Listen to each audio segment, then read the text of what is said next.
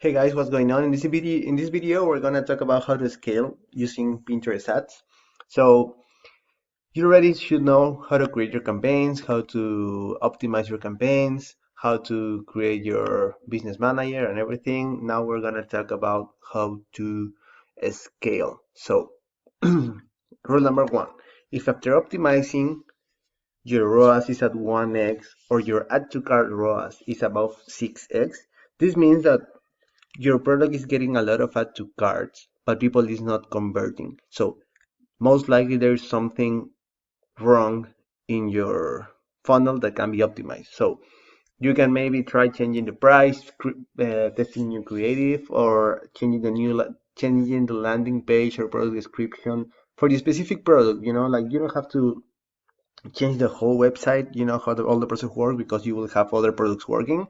So you will only optimize based on the product you see with high like ROAS on your add to carts. So if you have, for example, 6x ROAS in your add to cart, then you can try changing everything. Change the price, change the offer, change the images, change the description, change the creatives, change your reviews. Like everything around that product. Change things one by one. Don't change things like a lot at the same time, because if you do that, you won't know where the issue was. So you change the description, then you change your creative, then you change your price. And you measure how it changed after everything you optimize. So that way you will know what things you moved and what was the result after everything you moved. So you will scale, organize, or you will optimize on a more organized way. So always move one thing at a time.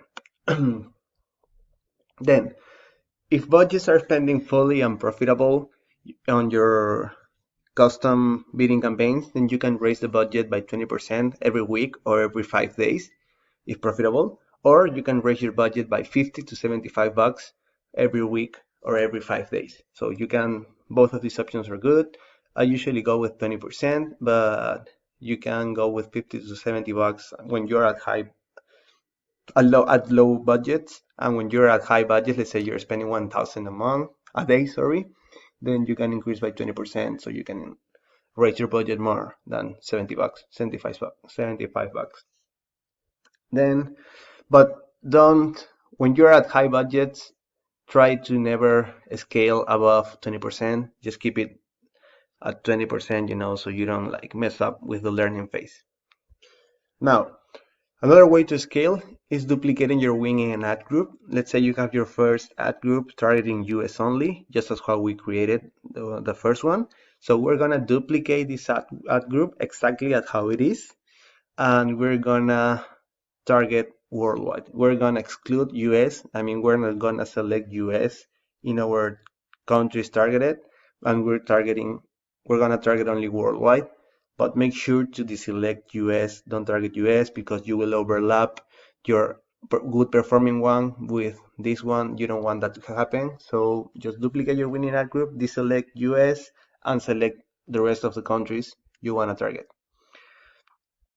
Then you can also duplicate your winning ad groups and set a budget of $50 to $100 a day and use automatic bidding.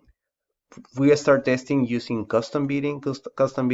So in order to scale, we can also scale testing on automatic bidding and see how it works. If it's profitable, after also always wait like 7 to 14 days or 7 to 10 days. If it's profitable after that amount of days spent, you raise your budgets by 25 bucks every week.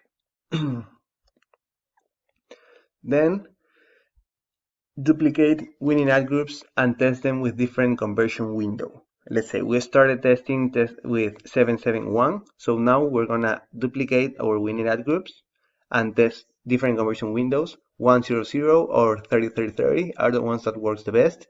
100 is the best option, and 30-30-30 works also good. It also works good, but takes longer to optimize. You will have to wait longer in order for it to optimize.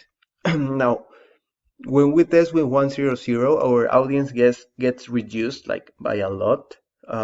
So we can do lower bidding, lower lower budgets, um, and make sure to also use lower bids. If you start on 771 with a $20 bid, then on 100 you want to start with a lower bid of $15, for example. So this is the safest way to test the 100. So just give it a try, test it. When you have your winning interest, your winning ad groups, your winning product, you can duplicate it and test on 100 with a lower bid. So just do that. Then, if you haven't tested keywords by now, you should test keywords on automatic bidding, just as how we did on the previous videos. Never duplicate an ad group without changing something inside. This is a really important thing.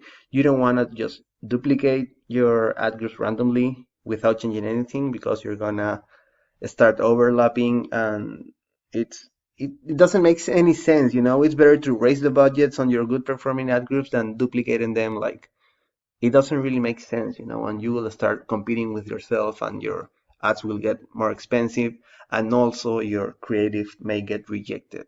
Like, Pinterest don't like to have two exact same interests with the same creatives. So if Pinterest sees that you're targeting the same people with two different ad groups or two different campaigns, then it most likely is gonna shut down like your creatives for one of the campaigns.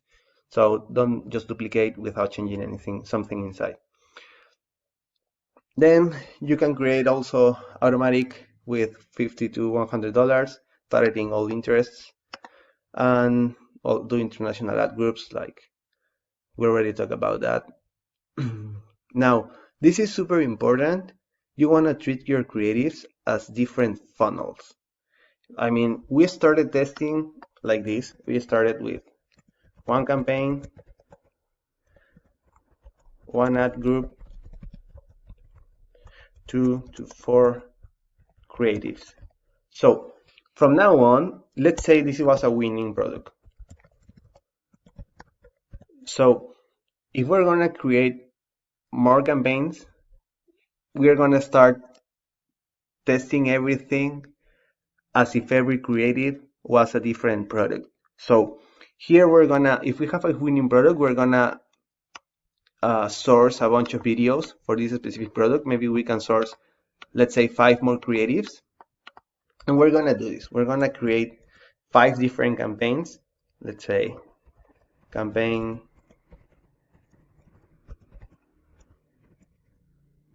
number 2, one ad group. This is gonna be the same ad group. We're not gonna change our targeting. I mean, it will be 24 interests. Let's imagine you already trimmed interest on this one. If you're gonna launch a new creative, you're gonna test again everything from scratch without trimming interests. Use your 24 interests from the beginning. Like, treat it as a completely different product. And here you will put new creative number 1. And then we're gonna do this 5 times because we created 5 different creatives. This is gonna be campaign number 3, campaign number 4. All of these will have the same product, the same winning product. All of them will have the same ad group with all the 24 interests, and each one of them will have a different creative.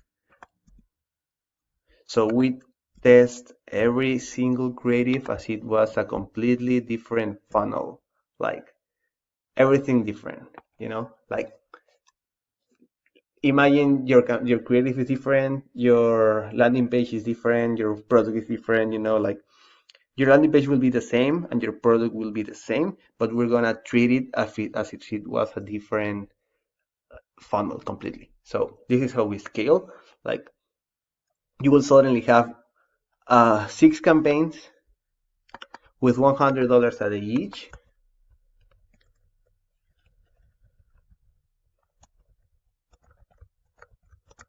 And here we're gonna do exactly the same, apply the same rules. If one of the campaigns spends 250 without results, you just kill that campaign. Let's say after 7 days, you end up killing 3 campaigns.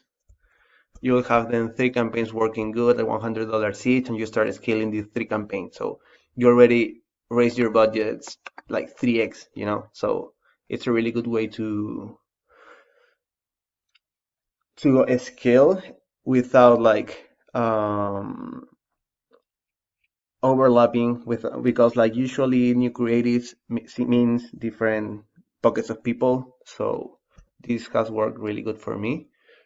Then this rule already, you know it already. If your product is not performing at high budgets, scale it back until you reach 2x plus ROAS or whatever profitable ROAS it's for your product. You know, if your product is profitable at 1.5, then just scale back until profitable. So that's pretty much it about scaling. Like, it's not, it may seem overwhelming, but it is not. Like, it's super easy actually, like, because you don't have to be like selecting interest and all of that, you know. It's a lot easier than Facebook. Now on the next video we're going to talk about Actalikes and retargeting. So see you guys there.